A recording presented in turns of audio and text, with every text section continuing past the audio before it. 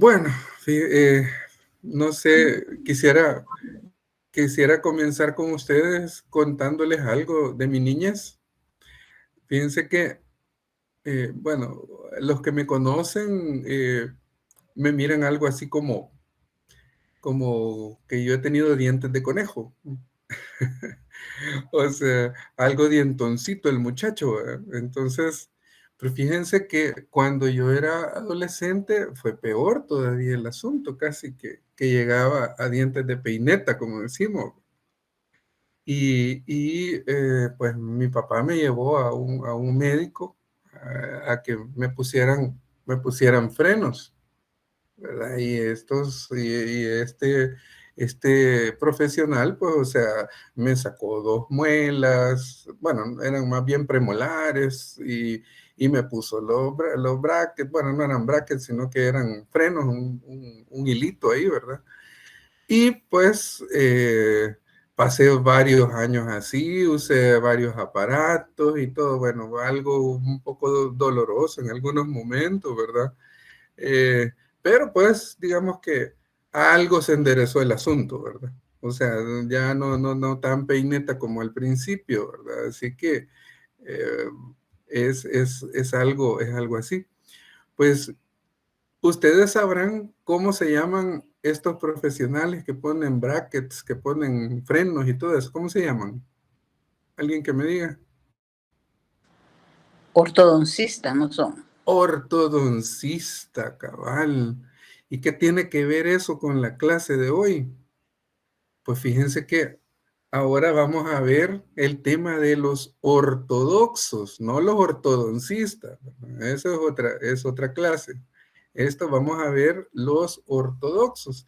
¿Y por qué me recordaba eso? Porque realmente las palabras tienen algo que ver. Y ya lo vamos a ver un poquito más adelante. Pues resulta que en la clase anterior estuvimos hablando un poco sobre el cisma de Oriente.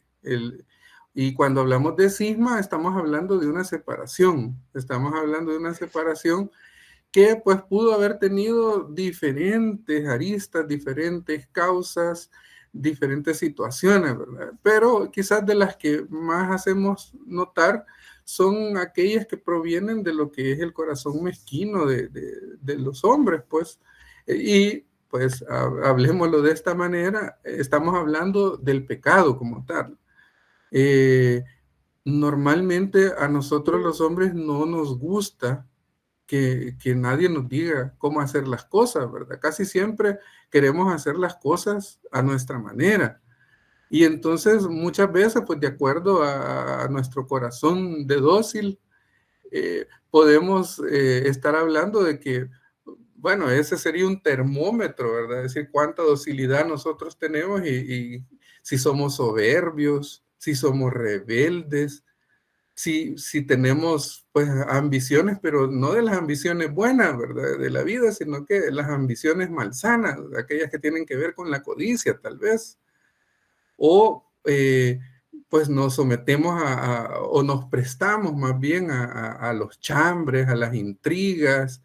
A veces cometemos envidias, somos intransigentes, no queremos hacer las cosas cuando debe de ser, sino que, bueno, los salvadoreños peor todavía, a veces hacemos las cosas a última hora, que ahora tiene una palabra bien particular que se llama procrastinación. Entonces, muchas de estos pecados, muchas de estas situaciones que hemos mencionado son parte de lo que fue este cisma. Y, y no es algo, digámoslo así, que solo se dio en alguna oportunidad y específicamente en la iglesia, ¿verdad? Sino que pues sucede cotidianamente, como estamos hablando, en donde precisamente todos estos pecados que hemos mencionado, pues nos ponen en problemas graves, con nuestros seres queridos, en nuestro trabajo, en todos lados, ¿verdad? Entonces, muchas veces nosotros aquí nos hacemos también cismáticos, ¿verdad? O sea, separatistas, de tal forma que a veces en las familias se dan las separaciones. ya los hijos no quieren hablar con los papás sacan a los hijos de las casas, o hay hijos que ya no, ni siquiera voltean a ver a sus padres mayores, porque pasan muy ocupados, según ellos, ¿verdad? Etcétera, etcétera, ¿verdad? Las familias, a veces hay tíos, hay sobrinos, hay otros familiares que ya no los vemos, nos separamos totalmente. Entonces, por diversas situaciones siempre hay separación. Entonces, en este caso, pues estos sismas se dieron por diferentes razones de tipo religioso, de tipo étnico incluso, con razones políticas, etcétera, etcétera. Por ejemplo, también sobre creencias, sobre tradiciones, etcétera, etcétera, se dio esta separación grande. Y no estamos hablando de las separaciones de las que vamos a hablar en clases posteriores, como lo fue la llamada separación de los protestantes, por ejemplo, la reforma protestante, la contrarreforma y todos esos temas, ¿verdad? De separación que ya están prácticamente en la edad moderna, por allá por los 1500, 1600, etcétera, etcétera. Hoy estamos hablando de las separaciones que se dieron antes, precisamente, ¿verdad? De la Iglesia Universal como tal. Entonces, y por supuesto, no estamos hablando de una fecha en particular, aunque muchos estudiosos dan una fecha bien particular para este cisma, que es el año 1054. Pero pues sabemos que estas separaciones se habían venido generando desde el siglo octavo, siglo noveno, etcétera, etcétera, ¿verdad? Fue algo que fue paulatino, quizás al principio no fue tan grave, pero después se fue haciendo la brecha de diferencia se fue haciendo mayor y mayor cada vez. Bueno, entonces la iglesia ha tenido, como decimos, pues varias separaciones. Fíjense que aquí en nuestro país nosotros no tenemos así como muchas denominaciones, ¿verdad? Tal vez conoceremos por ahí alguna iglesia luterana, alguna iglesia anglicana, tendremos, bueno, todas las protestantes, que los bautistas, los adventistas, etcétera, etcétera. Pero hoy no vamos a hablar de todos aquellos que no son católicos, ¿verdad? Como tal, sino que vamos a hablar precisamente de aquellos que sí lo son y son las iglesias ortodoxas. Y por eso es que hablábamos al principio de la ortodoncia, ¿verdad? Porque fíjense que para entender un poco y comenzar a hablar de lo que es la ortodoxia, tenemos que irnos a la raíz de la palabra. Y esta palabra ortodoxo viene del griego y es una conjugación de dos palabras o de dos voces griegas, digámoslo así. La palabra ortos, que significa recto o correcto, como por ejemplo ortografía, ortodoncia, etcétera, etcétera. Y en el caso la otra voz es doxo o doxa, que significa opinión. Entonces, de esta manera, cuando decimos ortodoxia, ortodoxo, estamos refiriéndonos a alguien que profesa la opinión correcta. Esa sería como la definición así etimológica de la palabra, el que profesa una opinión correcta. Entonces, la Iglesia Ortodoxa es una comunidad cristiana y que tiene una antigüedad que se remonta hacia las épocas de Jesús, por supuesto, y de los apóstoles. Y son presididas por patriarca ecuménico, específicamente en el caso de las ortodoxas orientales, del patriarca ecuménico de Constantinopla. Si ustedes se recuerdan, cuando el Imperio Romano se dividió entre lo que es el Imperio Bizantino, que se estableció en Constantinopla, Y se quedó también una parte en lo que es Roma actualmente, en los temas que vimos anteriormente con los estados pontificios.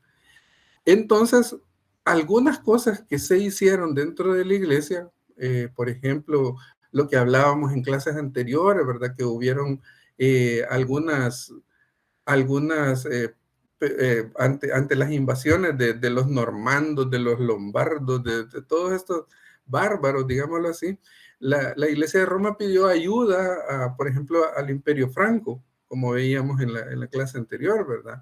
Incluso, pues, o sea, al imperio germánico.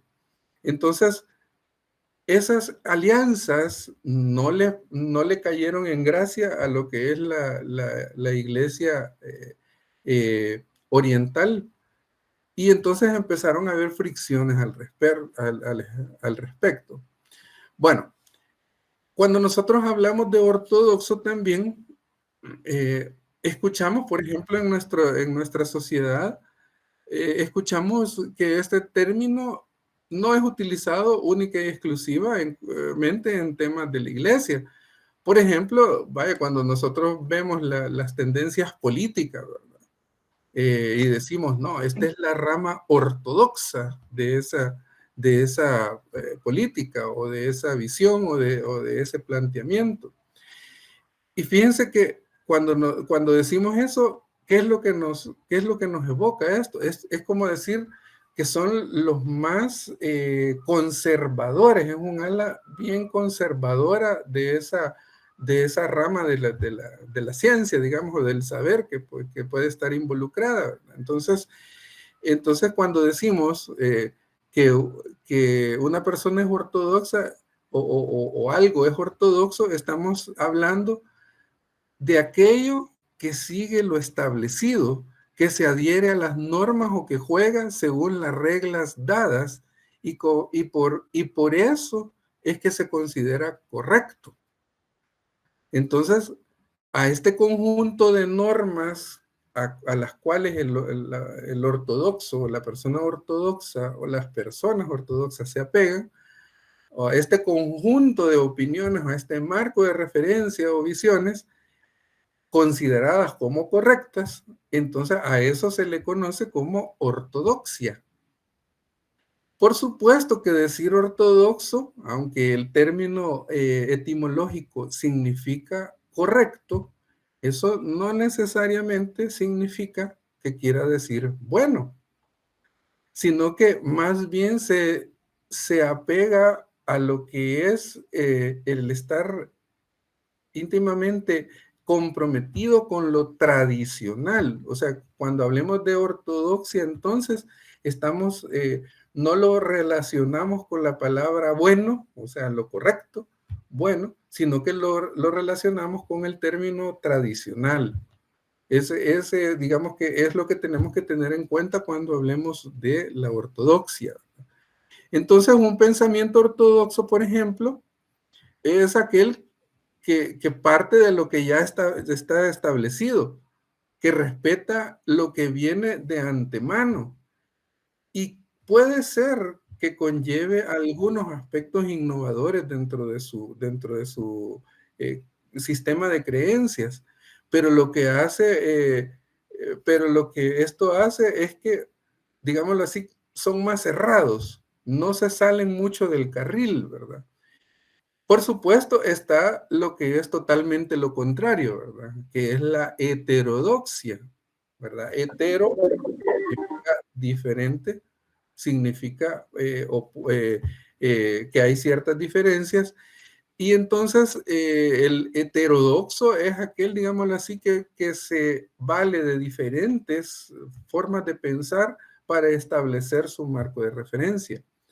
Entonces estos términos, como decimos, pues son bien utilizados en la política, en la economía, etcétera, etcétera. Y específicamente para el caso de nosotros, pues en lo que es la religión. Ahora bien, esto siempre tiene que ver con aquello que es una aspiración del hombre, que es el acercamiento a la verdad.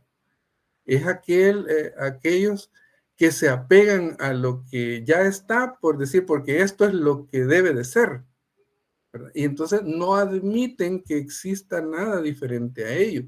Entonces, la verdad, sabemos que, bueno, Jesucristo mismo, pues nos dijo que Él es la verdad.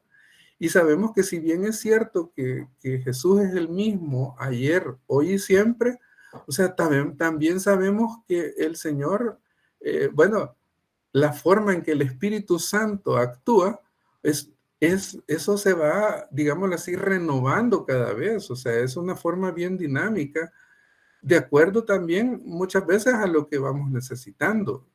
Y no es que Dios cambie, ¿verdad? No es que Dios piense de una manera en un momento y piense de otra manera en otro momento.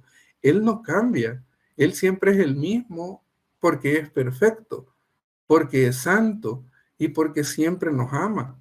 Entonces, la forma de pensar de Él no va a cambiar, pero sí, digámoslo así, van cambiando, digamos, algunas situaciones que se van dando a lo largo de nuestra historia.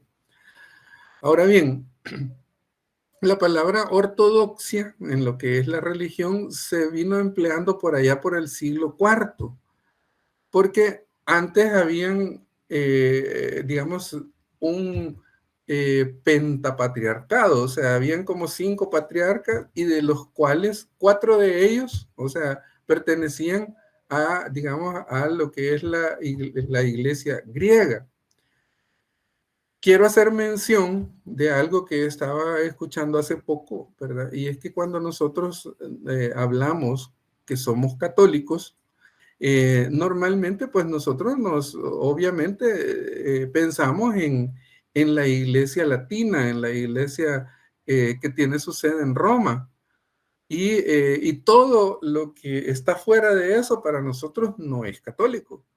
Pero no es así. O sea, también hay otras iglesias orientales que están en comunión con el Papa y por lo tanto son parte de la Iglesia Universal. No siguen el rito católico romano, pero sí siguen otros ritos también aceptados dentro de la iglesia como iglesia particular.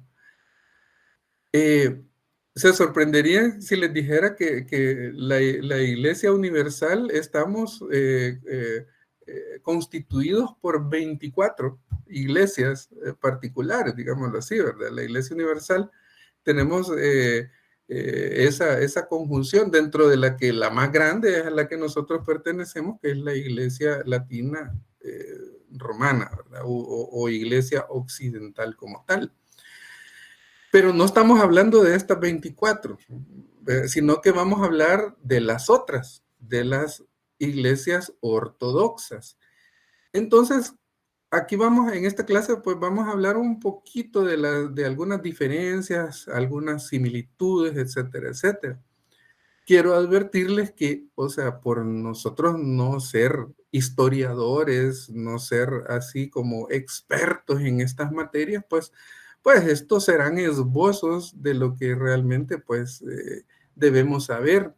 Pero sí, yo quiero invitarlos a todos a que tomemos una actitud crítica, una actitud de investigación, de lectura, que realmente pues busquemos instruirnos.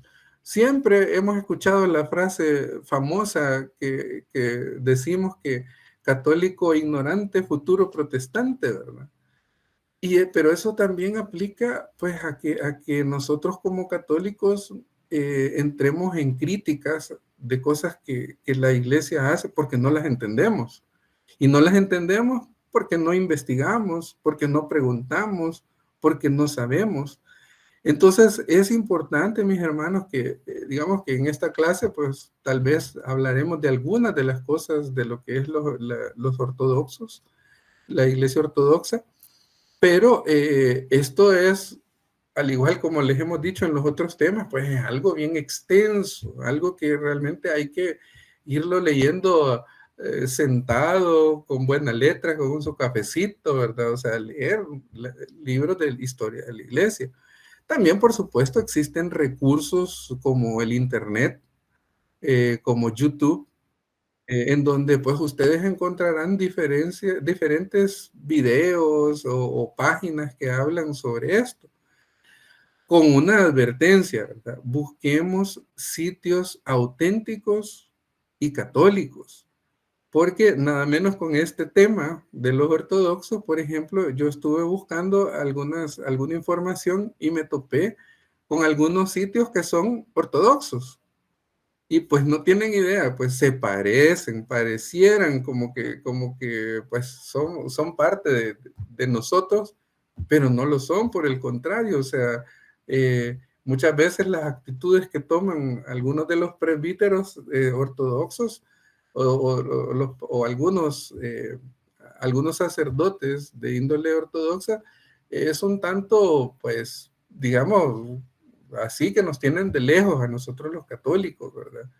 Entonces, tenemos que tener en cuenta eso, de que cuando busquemos información que sea de fuente verdadera, que sea fuente fidedigna, ¿verdad? Que no nos vayamos a ver a cualquiera que esté hablando ahí, porque nos vamos a topar con ideas que nos pueden incluso confundir. Así que esa es una advertencia que les hago y una petición también. Bueno, volviendo entonces al tema, cuando, cuando, cuando hubieron estas, digámoslo así, la iglesia empezó a crecer eh, y, digamos, se fue divulgando la fe cristiana. Resulta pues que muchos de ellos empezaron a acusarse unos a otros de que algunas ideas eran de índole herética. O sea, que si las imágenes, que si la Virgen, que si eh, eh, cosas relacionadas pues con los cultos, ¿verdad? Claro, no estamos hablando de las herejías que sí ya vimos anteriormente, como el arrianismo, ¿verdad? Que esa sí es una herejía como tal, sino que, o sea, otras pequeñas diferencias que se daban.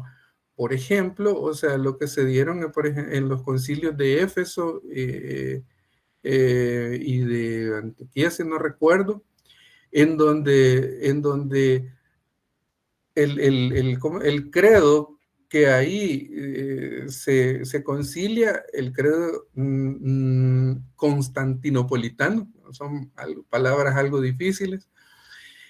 Resulta que ahí, a diferencia del credo corto o del credo de los apóstoles, o sea, mencionan, por ejemplo, cuando se dice, creo en el Espíritu Santo, que procede del Padre y del Hijo.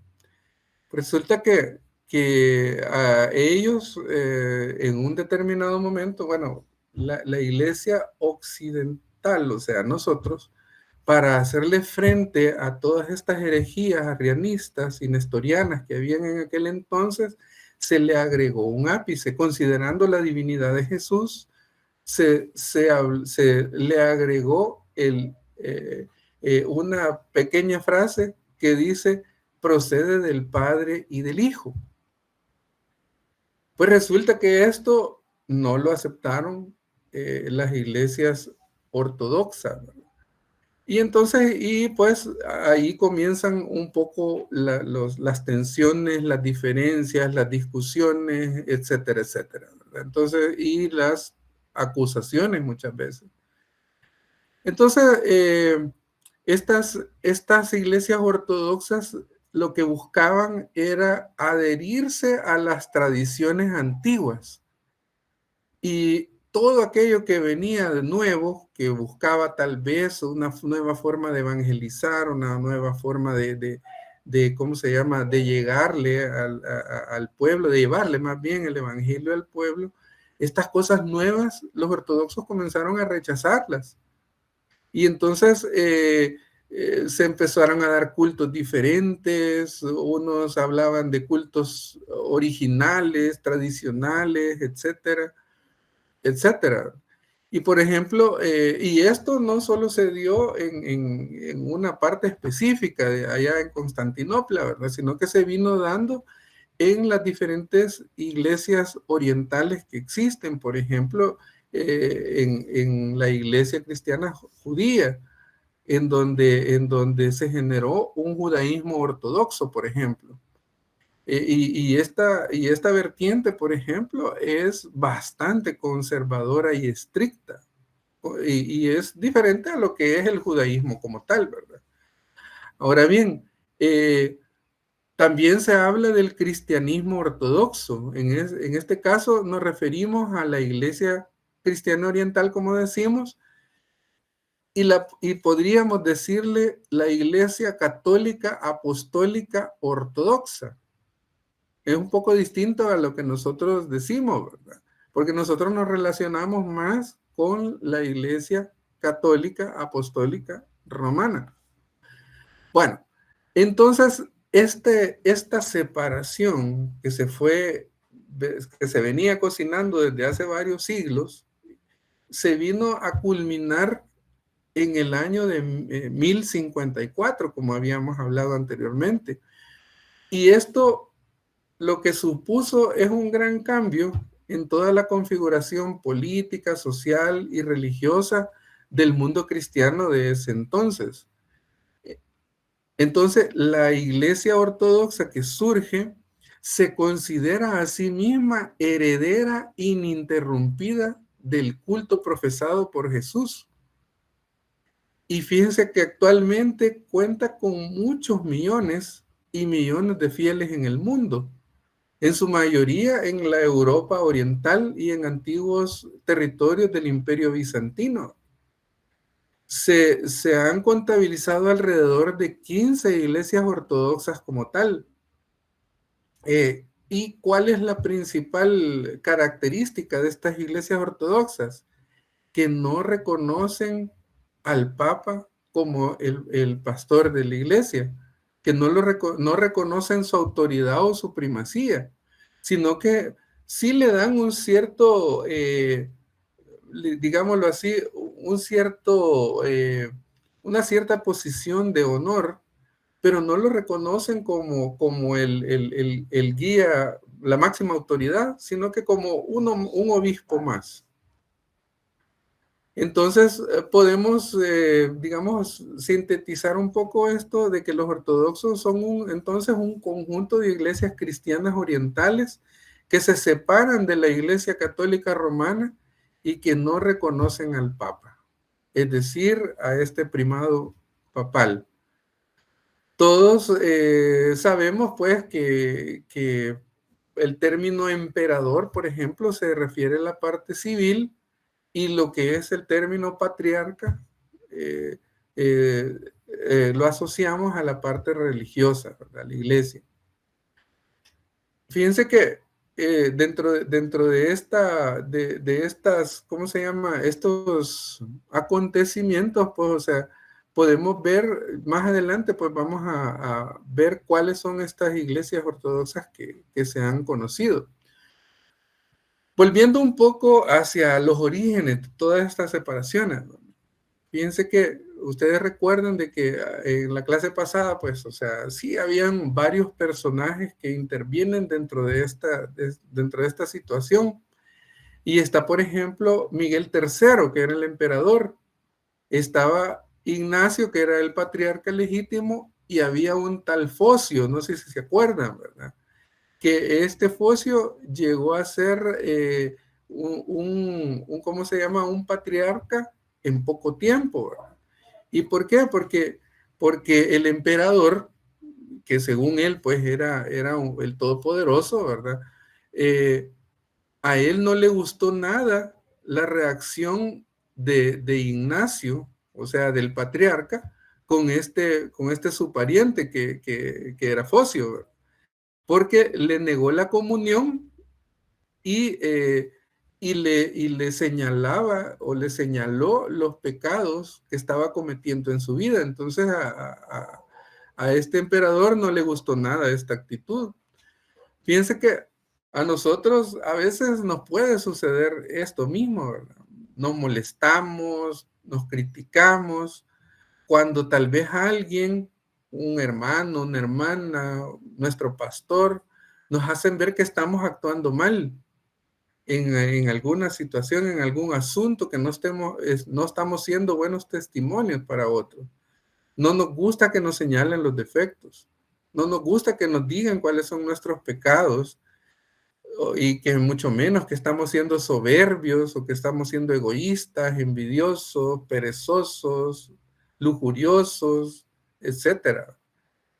Pero, pues sí, esa es la labor del pastor como tal, ¿verdad? Resulta pues que la misión del pastor precisamente pues es siempre confrontarnos con la imagen de Cristo. O sea, preguntarnos cómo estamos con relación a esa imagen que debemos reflejar. Si estamos siendo un mal reflejo, si estamos siendo un espejo chuquito, digámoslo así, tenemos que limpiarlo. O sea, si es necesario, debemos acudir a lo que es el sacramento de la reconciliación, ¿verdad? Y si no, pues, o sea, digamos, si estamos obrando mal de alguna manera, pues reconocer precisamente que no estamos siendo testimonio para otro. Entonces, pero muchas veces a nosotros no nos gusta que nos digan eso. Y hay hermanos, hay hermanas que no les gusta lo que les habla el pastor y ya se van donde el líder y le van a decir, mire, mejor pido cambio de pastor. Sí, es que siento que no hago clic con mi pastor, ¿verdad? Es que no sé, quizás él no me entiende o quizás las situaciones que él ha vivido no se parecen a las mías, ¿verdad? ¿Qué es lo que estamos diciendo, verdad? Que nosotros queremos escuchar lo que nos conviene, no lo que realmente Dios nos quiera decir a través de nuestros pastores, ¿verdad? Los que tal vez no sean hermanos, servidores comprometidos, pues quizás no sabrán todavía esto del pastoreo. Pero sí, en todos los grupos hay ministros, hay ministras, ¿verdad? Que son asignados para que hagan una función similar a la del pastor. A alguien que esté acompañando, a alguien que esté cerca de los hermanos que aún no están comprometidos, pero digamos que los buscan, que les hablan, que oran por ellos, que les dan consejería, que hablan pues de diferentes situaciones, ¿verdad? Por las que se está pasando como para dar una guía, una orientación en cuanto al caminar en el Señor, ¿verdad? Pero justamente pues a veces, aunque sea pastor, aunque sea ministro, ministra, pues a veces pataleamos también y no queremos que nos señalen lo malo que estamos haciendo. Siempre queremos encontrar a alguien alcahueta, como dicen, alguien que nos diga ahí, no, no, hombre, no te preocupes, Dios te ama, ¿verdad? Dios ya vas a ver pues, o sea, un día de esto se te va a quitar esta situación por la que estás pasando. Un día vas a dejar ese pecado que estás ahí chineando. De esos pastores quizás quisiéramos oír, ¿verdad? No, hombre, estás bien, seguí adelante. O sea, y no es así, ¿verdad? A veces cuando nos ponen el dedo en la llaga es cuando pegamos el corcovión, como dicen por ahí, ¿verdad? Y no nos gusta, pues, que se nos diga la verdad. Entonces, pues, como vimos en nuestro retiro, por ejemplo, lo primero es buscar siempre el perdón de Dios, es buscar esa reconciliación, ¿verdad? Y por supuesto, sabemos que lo que tenemos que hacer es llenarnos del Espíritu Santo, porque Él es el único que nos puede guiar en nuestro caminar. Si bien es cierto, pues nuestro pastor, nuestros líderes, pues los mismos presbíteros, los obispos y todo eso, pues ellos pues están, digámoslo así, buscando siempre la voz de Dios para poderla transmitir a nosotros, los hermanos. Pero pues sí, pero también debemos de reconocer que es el Espíritu Santo el que toma la voz y el pensamiento de todos estos hombres y mujeres de la iglesia para podernos hablar también.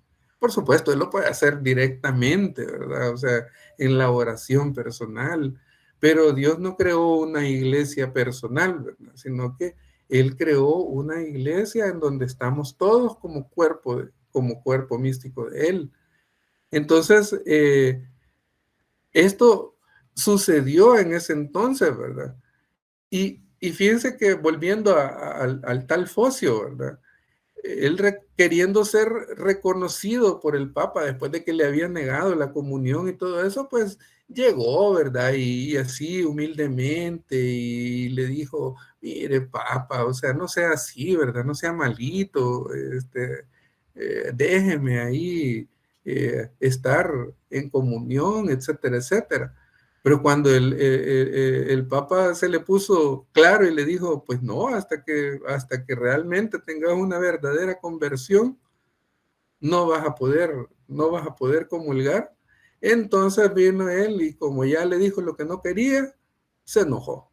Se enojó, se quitó la máscara que tenía, digamos, de humildito y de todo eso, y le hizo un gran berrinche. Y ahí fue que él, a través de sus influencias, eh, eh, logró convocar a unos obispos de Oriente y entonces logró, al final de todo, ¿verdad?, que excomulgaran al Papa. Imagínese usted. Entonces, esto por supuesto fue un proceso, ¿verdad? O sea, el Papa ante todas estas acusaciones y pleitos y todo eso, él mandó legados hacia la iglesia de Constantinopla, pero se dieron unas situaciones en donde básicamente ambos bandos se comulgaron, ¿verdad? La iglesia de Oriente excomulgó a la iglesia de Occidente y la iglesia de Occidente excomulgó a la iglesia de Oriente. Y allí es donde se da la separación. Entonces, realmente, pues nosotros, mis hermanos, así actuamos, así como actuó Focio, que pues, o sea, sí nos preocupamos digamos, por hacer bien las cosas, pero cuando alguien se enoja con nosotros, o mejor dicho, cuando alguien nos dice la verdad, nos enojamos y pataleamos y empezamos a hablar mal de él. Ah, no, es que este no está en nada, ¿verdad? O esta persona, pues definitivamente quizás no oró y lo que me vino a decir lo dijo en la carnita, ¿verdad? Y empiezan a buscarle 5 pies al gato cuando se sabe que tiene 4, ¿verdad? Entonces, todo eso nos puede pasar a nosotros. O sea, si verdaderamente nosotros no llegamos a los pies del Señor con una verdadera actitud de humildad, ¿verdad? Entonces, sí, al final, pues, cuando muere Miguel III, el emperador, Basilio I destituye a Focio y lo vuelven a rebajar como seglar. Y resulta, pues, que Dios, bueno, Dios él es justo, ¿verdad? O sea, hace que le vaya mal a Focio. Y pues toda la historia, pues al final resulta en que este Focio pues no logra lo que quería, pero no logra lo que quería para sí mismo, pero sí logra hacer la gran división de la iglesia, ¿verdad? Bueno, entonces, si bien es cierto, esta separación fue perjudicial, ¿verdad? O sea, porque pues sí, o sea, una separación pues siempre genera malestares, etcétera. Pues digamos que de alguna manera también genera ciertas, digamos, ciertos aires de autonomía a las iglesias, ¿verdad? Y si esta autonomía, digamos, no está así en concordancia con la cabeza que es Cristo y luego a través del Papa, o sea, sí es cierto, así como hablábamos de Ismael y que pues no era de la promesa, pues pero como de la promesa hecha a Abraham, pero sí había habido una promesa de por medio, pues y hubo una bendición y pues ahora pues vemos que también prosperó todo el rey, todo el mundo islámico, etcétera, etcétera. En este caso se da lo mismo, ¿verdad? O sea, sí, ¿cómo se llama? Los diferentes patriarcas han tenido también su propia historia, ¿verdad? O sea, ellos han tenido que lidiar, por ejemplo, con sultanes, porque mucho de lo que es el mundo de Oriente tiene que ver con el mundo árabe, los musulmanes, los sultanes, etcétera, etcétera, a tal grado de que muchos patriarcas también murieron en una forma violenta, ¿verdad? Y, por ejemplo, el último en morir de esta forma fue Gregorio V, que fue ahorcado por orden del sultán de ese entonces, allá en el año 1821. Entonces, sí, digamos que la Iglesia Ortodoxa también ha tenido su propia situación, digamos, sus propias luchas internas, externas. Sabemos que estas iglesias, o sea, pues dada esa autonomía, pues, o sea, ellos, su configuración la van haciendo en el caminar y los obispos tienen la facultad de poner a nuevos obispos, ¿verdad? No es como en la iglesia católica occidental, o sea, nosotros, que solamente el Papa es el único que nombra a los obispos, ¿verdad? Entonces, al formarse los diferentes estados, como está el mundo constituido, a diferencia de cómo estaba constituido en aquellos entonces, la Iglesia Ortodoxa también se va haciendo, digamos, se van como separando porque tienen autonomía. No recuerdo cuál es la palabra exacta en este momento, pero sí hay una autonomía en cada una de estas iglesias, de acuerdo a los patriarcas, y hoy en día hay 15 iglesias ortodoxas diseminadas en el mundo. Algunas de ellas son, por ejemplo, la de Constantinopla, que está por allá por Estambul, Turquía, la de Alejandría, que está en Egipto, la de Antioquía, que está siempre por la zona cercana a lo que es Turquía, lo que es Damasco y Siria, la de Jerusalén, la de Rusia, que es una quizás de las más conocidas, la de Georgia, la de Serbia, la de Rumania, la de Bulgaria, la de Chipre, la de Grecia, que también es otra conocida, la de Albania, la de Polonia, la checa y por último la de los Estados Unidos. Entonces, hay algo que sí es importante mencionar, ¿verdad? Y es que en cuanto a doctrina como tal, no hay una separación así drástica, ¿verdad? O sea, creemos en el mismo Padre, eh, pues si bien es cierto que hay una separación como tal, que tuvieron pues los motivos que ya hemos mencionado, ambiciones, falta de sujeción, diferencias culturales, etcétera, etcétera, pues, o sea, digamos que doctrinalmente, pues, tenemos bastante en común.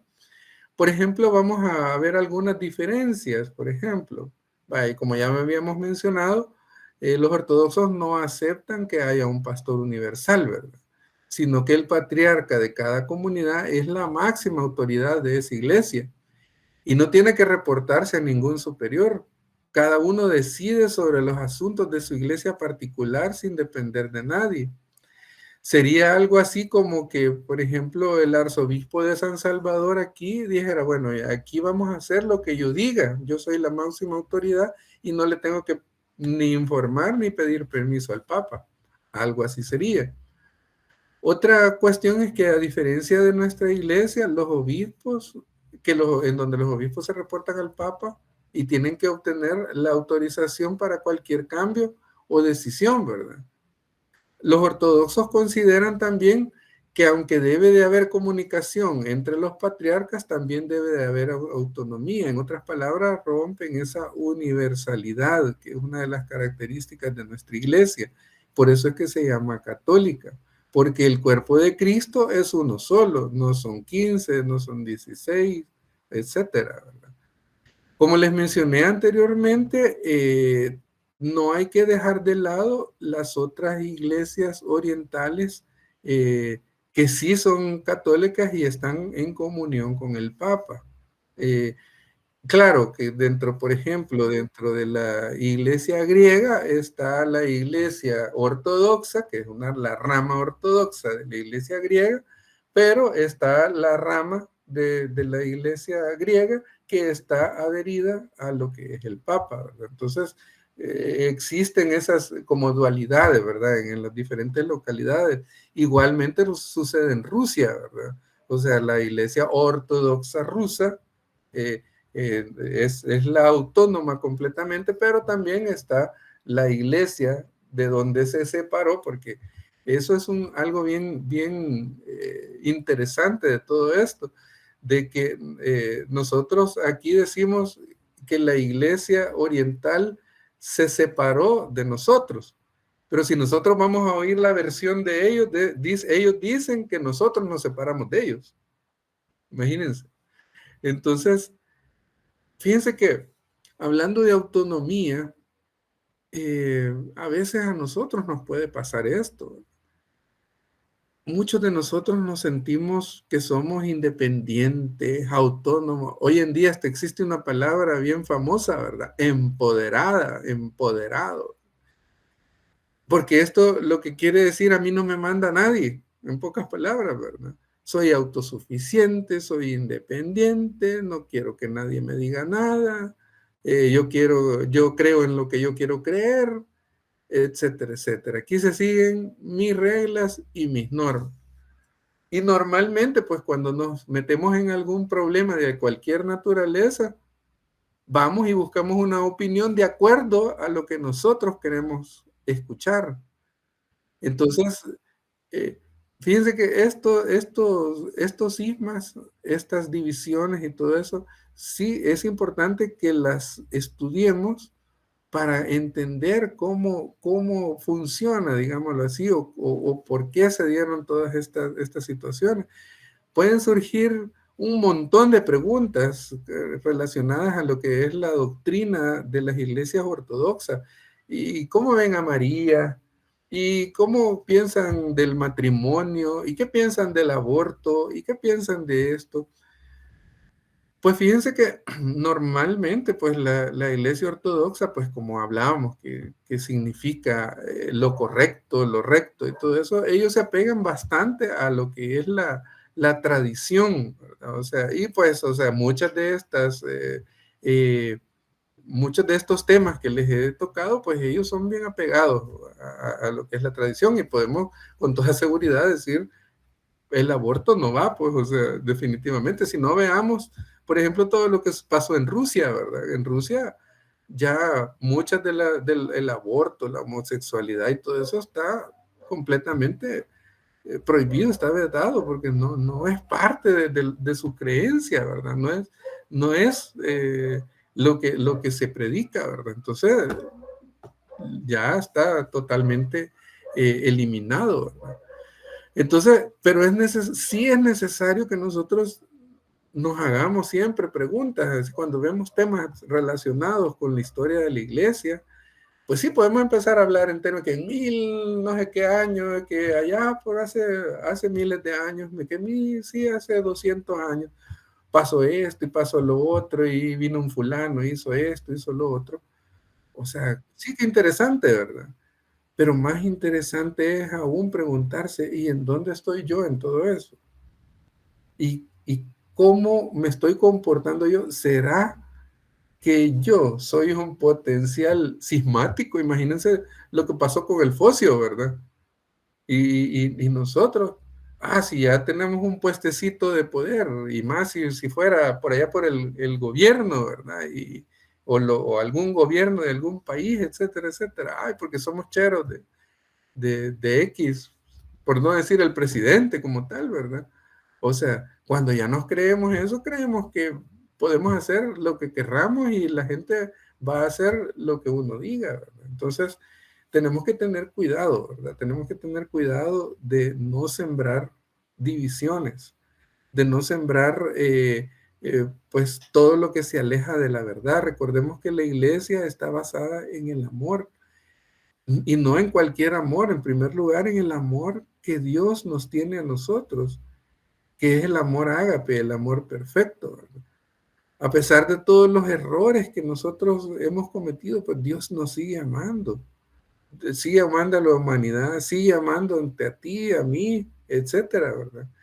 Y Él siempre pone en marcha su plan de salvación, que es Cristo mismo, ¿verdad? Entonces, esa forma de amar que Cristo nos enseñó es parte de lo que nosotros debemos de predicar con nuestro testimonio, con nuestras palabras también, ¿verdad? Ahora bien, fíjense que la iglesia siempre ha buscado la reconciliación, ha buscado la unificación como tal, ¿verdad? Y muchas veces estas medidas, estas acciones se ven mal o las ven mal, porque también hay personas que quizás les gusta decir yo estoy en lo correcto y nadie más está en lo correcto, ¿verdad?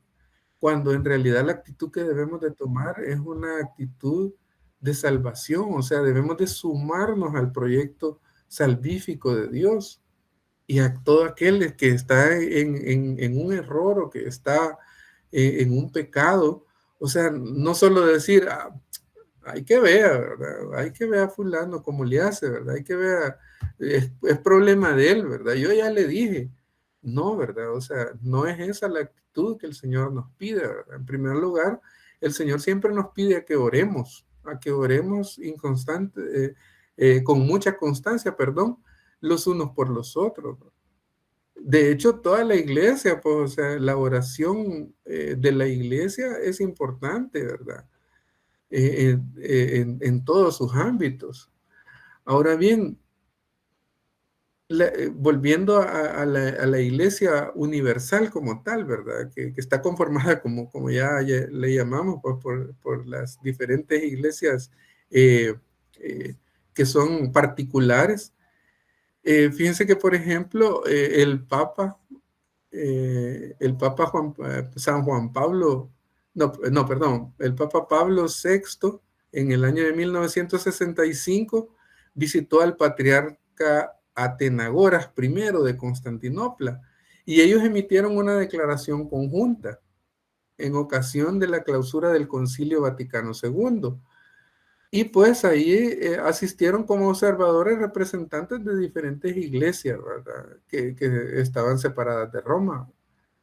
Y en esta declaración se levanta la excomunión mutua y se busca unidad en el amor de Cristo. Fíjense que muchas de las iglesias que ahora están en comunión con Roma, en comunión con el Papa, digamos que ha habido un proceso de arrepentimiento, un proceso de reconciliación. Solamente hay dos que siempre se mantuvieron en comunión con el Papa. Ahorita creo que es la de Albania y no recuerdo cuál otra. Pero el resto buscaron esa comunión. O sea, primero hubo una separación completamente, la iglesia occidental, la iglesia oriental. Después, dentro de las mismas iglesias, por eso mencionábamos la rusa, la griega, etcétera, etcétera, porque dentro de ellos mismos, o sea, hubieron algunos que dijeron, hey, no, miren, regresémonos nuevamente a la iglesia universal. Y se dio esa separación entre ellos. Y otros dijeron, no, nos vamos a conservar ortodoxos. Entonces, eso siempre se da, ¿verdad? O sea, miren, la oportunidad que nos da el Señor a todos de arrepentirnos, ¿verdad? De nuestros errores, de nuestros pecados, no tiene límite. O sea, mientras nosotros tengamos vida, mientras nosotros estemos aquí en la tierra, siempre el Señor nos va a dar la oportunidad, por muy negros que sean nuestros pecados, más grande es la misericordia del Señor. Más grande es el amor que nos tiene, más grandes son las oportunidades que nos da. Así como tenemos oportunidades de pecar, Él nos da más oportunidades para reconciliarnos, más oportunidades de pedir perdón. Entonces, es lo contrario a lo que hacemos los hombres, ¿verdad? Que a nosotros nos cuesta más reconciliarnos que pelearnos. A Dios no, ¿verdad? O sea, a Dios Él está más presto a perdonarnos que a estarnos acusando de lo que nosotros hemos hecho mal, ¿verdad? Bueno, algunos otros datos, ya casi va a ir terminando la clase, sobre la fe ortodoxa, por ejemplo, algunas curiosidades, datos curiosos, como dicen. La Iglesia Ortodoxa reconoce autoridad a las decisiones de los 7 concilios ecuménicos convocados entre el 325 y el 787 y definieron las doctrinas básicas sobre la Trinidad y sobre la encarnación. Eso hay que leerlo un poquito más adelante.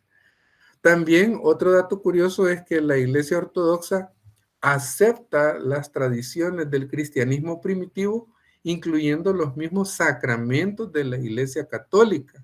Aunque en la Iglesia Ortodoxa, pues, la Eucaristía y la confirmación e incluso la comunión se les puede conferir también a los niños. Algo diferente, o sea, a un niño se le bautiza, se le confirma y se le da la primera comunión a un bebé.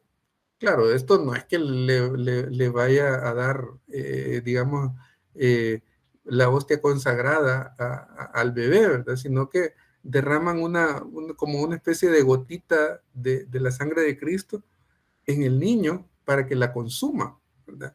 Esa es una diferencia también, ¿verdad? Otra diferencia es que los hombres casados pueden ser sacerdotes, pero los obispos no, ni los monjes. Eso no pueden ser casados. Los sacerdotes sí. Otra curiosidad es que la veneración a María como Madre de Dios es esencial para el culto ortodoxo. La ortodoxa enfatiza la intercesión de los santos. Yo estaba viendo un video en donde le preguntaban a un ortodoxo, un sacerdote ortodoxo, qué pensaba de las diferentes advocaciones de la Virgen, ¿verdad? Que si la Virgen de Fátima, que la Virgen de Guadalupe. O sea, ellos dicen, bueno, nosotros no tenemos problema con eso, siempre y cuando, o sea, sepamos que es la Santísima Virgen María, ¿verdad? Que si le llaman que en Medjugorje, que en Fátima, que en Lourdes, que, o sea, son quizás apariciones, pero, o sea, reconocemos que es la única Virgen Madre de Dios, y no es que la Virgen de Guadalupe sea más que la Virgen de Lourdes, que la Virgen del Carmen, que, o sea, no, ¿verdad? Eso, y ellos lo dejan bien claro, ¿verdad? Entonces, para ellos la veneración a nuestra madre es igual de importante, ¿verdad? Claro, también ellos, por ejemplo, no aceptan lo que son los diferentes, las imágenes, por ejemplo, ellos manejan más una iconografía más que imágenes. Y así podemos ir viendo más de esas diferencias. Bueno, hermanos, como les digo, de este tema se puede hablar muchísimo. Yo los invito a que lo investiguen siempre con todas las advertencias que les digo. Pero pues, o sea, sí, lo que debemos tener en cuenta, mis hermanos, es cómo está nuestro corazón hoy en día. O sea, si realmente nosotros buscamos la unidad de la iglesia o buscamos la separación de la iglesia. Y esto tiene que ver mucho con nuestro corazón dócil al Señor, ¿verdad? Entre más dóciles seamos al Señor, no vamos a participar de esos juegos de separación que el demonio nos quiere enredar. Así que, mis hermanos, esta pues ese es el llamado de esta clase, ¿verdad? Y pues yo los invito pues a que sigan investigando un poquito si quieren preguntarme de algunos sitios, alguna literatura, pues con gusto ahí lo hacemos más adelante. Lo que yo sepa, pues, porque hay un montón de cosas que no van. Bueno, mis hermanos, vamos a cerrar entonces la clase y nos vamos a poner en la presencia del Señor. En el nombre del Padre, del Hijo y del Espíritu Santo. Amén. Bendito y alabado seas, amado Señor. Reconocemos, Padre Santo, que tú eres uno y que tú fundaste la única iglesia, mi Dios.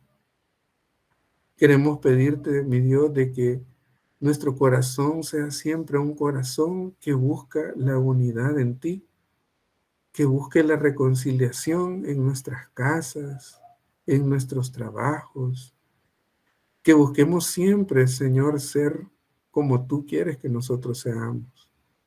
Padre Santísimo, reconocemos que no conocemos muchas cosas que han pasado en la historia y a veces pues tenemos esa tentación de juzgar, de criticar, de hablar mal. Pero tú, Señor, el llamado esta noche es a que seamos amor, a que busquemos siempre, Señor, tu rostro en cada persona, independientemente de su creencia. Busquemos siempre ese rostro tuyo y tener ese amor para poder corregir, para poder amar, pero también estar dispuestos a ser corregidos, Señor. No creernos soberbios que todo lo sabemos o que todo pues lo podemos. Y si lo podemos, nada más que es en ti, mi Dios. Gracias, papito lindo. Gracias, Señor, por esta noche, por esta clase. Gracias por este tema, Señor, que hemos estado cada vez más profundizando pues en todo esto que ha pasado y que tú, mi Dios, lo ves a veces pues con alegría, otras veces con un poco de tristeza por cómo somos los hombres. Pero nosotros queremos esta noche ofrecerte nuestro corazón para que siempre se haga tu voluntad, mi Dios. Gracias, papito lindo. Queremos cerrar esta oración con esa oración que tú nos enseñaste. Padre nuestro que estás en el cielo, santificado sea tu nombre, venga a nosotros tu reino, hágase tu voluntad así en la tierra como en el cielo. Danos hoy nuestro pan de cada día, perdona nuestras ofensas como también nosotros perdonamos a los que nos ofenden. No nos dejes caer en tentación y líbranos de todo mal. Amén. Nos cubrimos con la sangre de Cristo en el nombre del Padre, del Hijo y del Espíritu Santo. Amén. Bueno, mis hermanos, que el Señor los bendiga y nos estaremos viendo el próximo miércoles.